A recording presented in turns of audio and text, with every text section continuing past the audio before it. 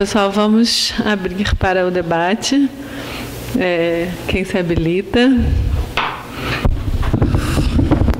Eu posso começar, só para esquentar o pessoal e quebrar o gelo. Eu vou te fazer duas perguntas que, claro, estão um pouco enviesadas com o meu lugar de antropóloga aqui, mas que eu acho que também tem a antropologia um lugar importante para você, na sua tese principalmente, que você abre como uma espécie de conversão, né? E a sua conversão é uma conversão à antropologia, em alguma medida. Então, eu queria que você falasse um pouquinho desse seu emaranhado teórico, conceitual, e qual o papel, aonde que a antropologia te ajuda, que a sociologia não vai, ou como você vê esse emaranhado? E a outra pergunta que eu me fiz aqui, que tem a ver com o seu artigo no livro Novas Antropologias. Que medida essas transformações mútuas desses dois mundos, né, o mundo do tráfico e o mundo da igreja, não formam também uma cosmologia própria, né? Será que a gente pode pensar nisso? Assim, é uma pergunta. Pessoal, quem mais? Boa noite. A minha pergunta tem um pouco a ver com a minha pesquisa atual sobre as ocupações das escolas do Rio de Janeiro. Em que medida também essas problemáticas íntimas não podem se conectar com questões públicas, né? Porque no caso da minha pesquisa, inclusive tem algumas narrativas que eu acho que essa indeterminação do self, da qual você fala, me parece ajudar a pensar, né?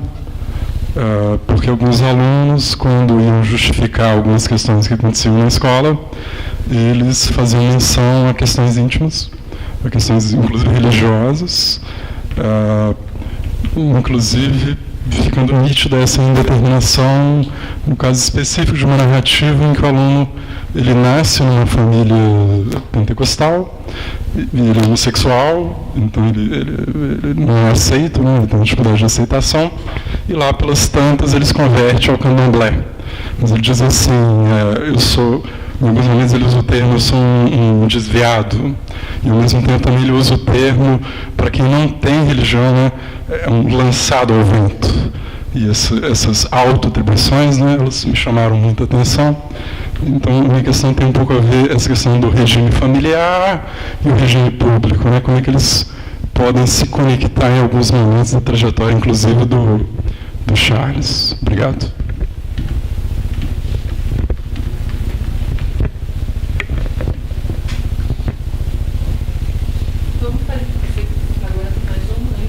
Claro. Depois a gente pode fazer uma segunda. A minha pergunta é sobre o aspecto se você considera que existe um aspecto biomédico, porque você utiliza alguns exemplos do tipo, quando você vai falar do amianto, você vai falar da relação disso com câncer e o efeito biopolítico disso na atualidade, né? Aí quando você fala muito da questão do alerta de uma questão ecológica, dos exames de DNA como meio de prova, e agora, na fala do Charles, existe muito presente no que você coloca aqui a questão da dependência química, que não conheço o seu trabalho e ela me parece até mais forte que a questão do tráfico, pela breve exposição que eu tive acesso aqui. Então, uma pergunta é essa. A primeira pergunta seria essa: a questão da dependência química, ela tem uma relação perante a droga mais importante que a do tráfico em si?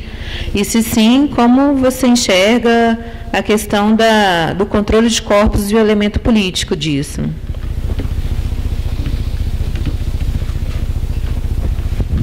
Mais alguém para a gente fechar a primeira rodada?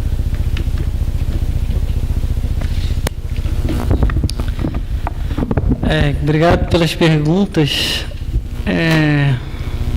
Bom, na verdade,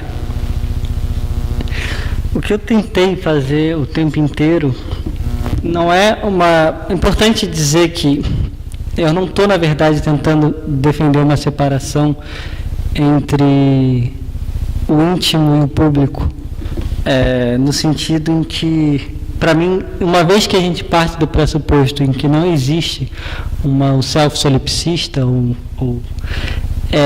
para mim não tem como separar uma coisa da outra, e o que eu penso, na verdade, é como se fosse o próprio self uma arena entre questões que podem estar na esfera pública, concernem essa pessoa. É claro que eu poderia, por exemplo, fazer toda uma história do Charles pela história da relação de um problema público, que é o problema da violência urbana e da violência dentro desses territórios, e outra questão pública, que é a questão do crescimento evangélico nesses territórios. Num certo sentido, ele é uma espécie de ponto singular dentro do emaranhado que mistura as questões pessoais com as questões públicas. Então, acho que existe uma permeabilidade, mas a questão que eu defendo, e aí eu me aproximo da Archer e do Lair, que é pensar a possibilidade de se pensar a subjetividade, o indivíduo, como uma instância, como uma arena, e não uma arena pública, mas é uma arena íntima, na qual esses elementos públicos também estão presentes. Então, nesse sentido, não é uma defesa de um mito da interioridade, nem uma especulação ou que eu esteja sustentando uma espécie de metafísica da subjetividade, mas é exatamente tentar repensar a própria noção de subjetividade, diluída a partir de um conjunto de problemas que passam por ele, mas que certamente não são redutíveis a ele. E o conjunto de tensões, inclusive, que você colocou, porque, na verdade, essa indeterminação do self, ela também é indeterminação do mundo, no certo sentido, ou seja, uma coisa coabita com a outra.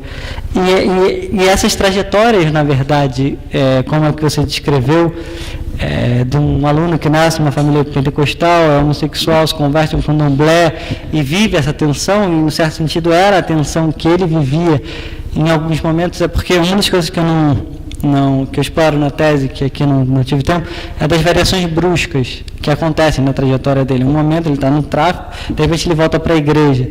E essas variações bruscas, por vezes, na trajetória, são particularmente interessantes para explicitar certos dilemas que constituem, que fazem parte, digamos assim, dessa arena íntima de certas pessoas. Então, com certeza, existe um conjunto de tensões, digamos assim, dessa pessoa que você descreveu, que está no candomblé, ao mesmo tempo ele se concebe como desviado, tensões que são dadas por esses, digamos assim, princípios incomensuráveis, que são esferas da existência que não podem se diluir uma na outra, que é o candomblé e o evangélico, e que ele está, digamos assim, singularmente trabalhando essa. Mas o ponto que é essencial para mim, e que é a metodologia que eu defendo nessa metodologia que eu proponho, que eu fiz na tese, é a questão da temporalidade, porque isso é temporal.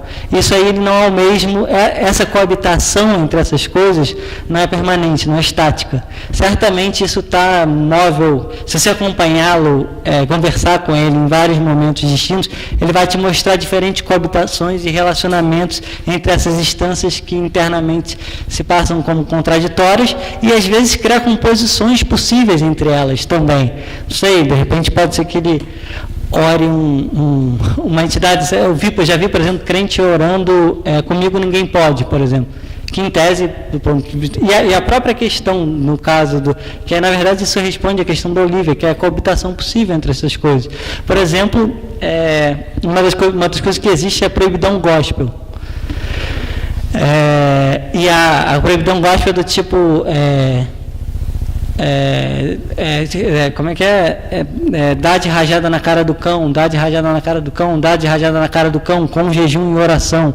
Então, assim, aliás, uma das coisas particularmente interessantes no pentecostalismo é o fato de que ele é algo que está se transformando o tempo inteiro. É quase como se, assim, pensando em termos mais metafísicos, é como se ele se transformasse no outro para transformar o outro um igual a ele mesmo. Eu penso, por exemplo, na linguagem das igrejas inclusivas, que são transformações que o pentecostalismo sofre, e essa proliferação de cismas também internas permite com que elas se expandam aderindo à linguagem do outro, digamos assim.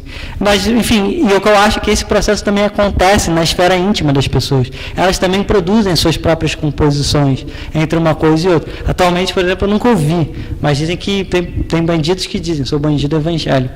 No caso, eu nunca vi isso no campo, então não posso afirmar isso. Mas são essas composições entre, qual a diferença?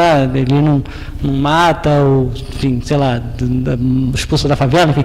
Pode ter várias composições, mas o que é interessante é isso, é ver a singularidade disso.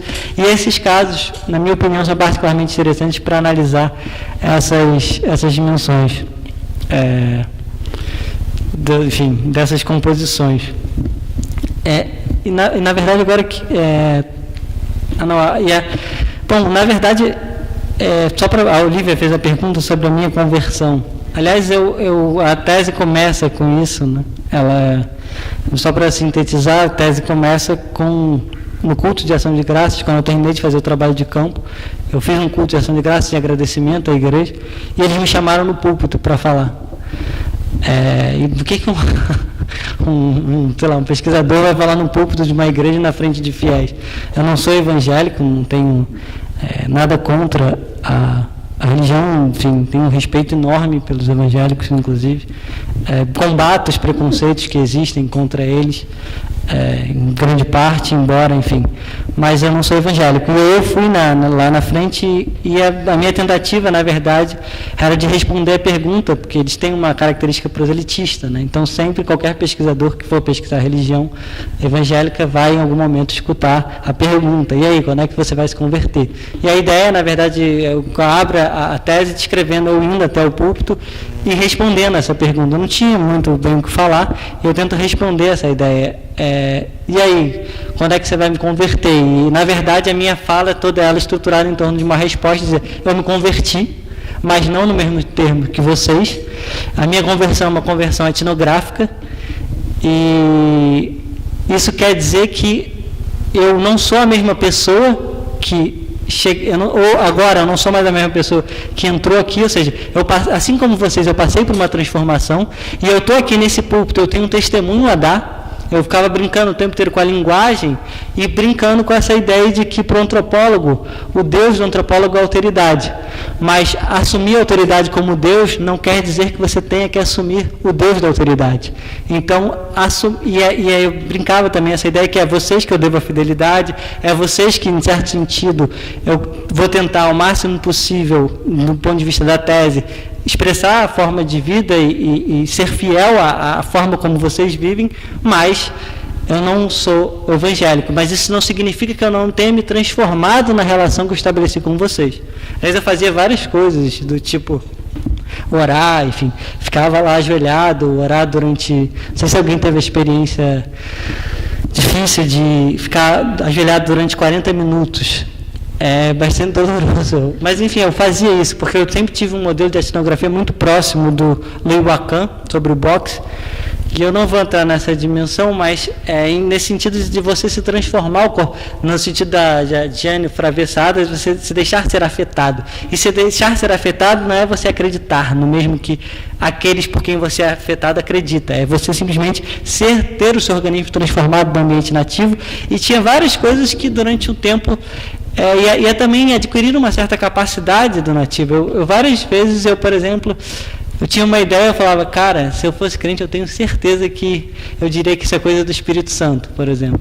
Então, coisas desse tipo, uma habilidade prática, uma capacidade que você aprende a perceber. Enfim, eu penso isso, por isso que eu sempre me afasto da ideia de crença e me aproximo de uma ideia mais ingoldiana, para fazer referência à aula que a Olivia deu. Aí eu concordo que, enfim, isso aí, essa questão de se esses dois mundos formam uma cosmologia própria, a questão, eu não vou... isso é uma discussão hiper complexa, mas a questão é onde acaba e onde termina uma cosmologia. Não existe uma cosmologia que termine ou acabe em algum lugar, existem composições, né? E sobre a questão do... na verdade, os exemplos biomédicos foram meramente exemplos retóricos nada contra, enfim, mas enfim, foi uma questão mais específica de outras pesquisas que eu chamei a atenção para levantar um ponto metodológico. Mas existia sim a questão o problema da dependência química, que ao longo do acompanhamento não necessariamente ele dizia que era dependente químico, e a única vez que ele voltou a usar crack eu não estava mais. Até no agosto de 2013 eu viajei, e isso que eu voltei foi um momento que eu voltei da viagem, que estava em abril de 2014, e foi o período que ele voltou. Então, não era uma questão a ser tematizada, mas a questão que eu colocaria é a temporalidade. A própria dependência química, ainda que ela existe, ela não existe com a mesma intensidade, da mesma forma, e ela pode ser um problema que vai variar ao longo do tempo. Pode ser que ela volte, pode ser que ela, no meu caso específico, acho que cada pessoa que você acompanha exige um tipo de codificação particular. E no caso, durante o período que eu acompanhei, ele só falou no início mais que ele tinha tido uma abstinência do crack e que ele tinha chamado os irmãos da igreja para orar com ele. E que aí o efeito passou, mas em momento algum ele voltou a usar o crack, durante esse período que eu acompanhei. Então, por isso que eu não trabalhei, não tematizei isso, porque era uma questão que ele não tematizou ao longo do tempo que eu fiz esse acompanhamento.